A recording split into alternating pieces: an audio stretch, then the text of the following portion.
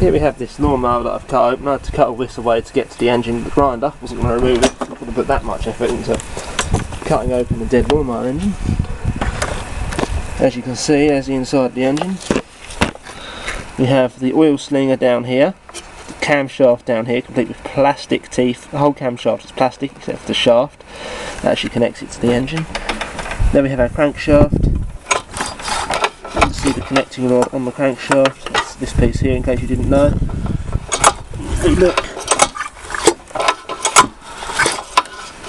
I don't know if you can see that. Well, I can see it. You can see the piston down in there.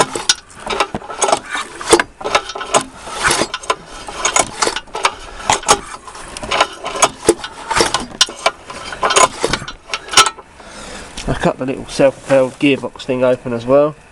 You can see inside there. That's the clutch just there to the right, and that's the drive gear. I think there's a pinion in there as well, but I can't see it.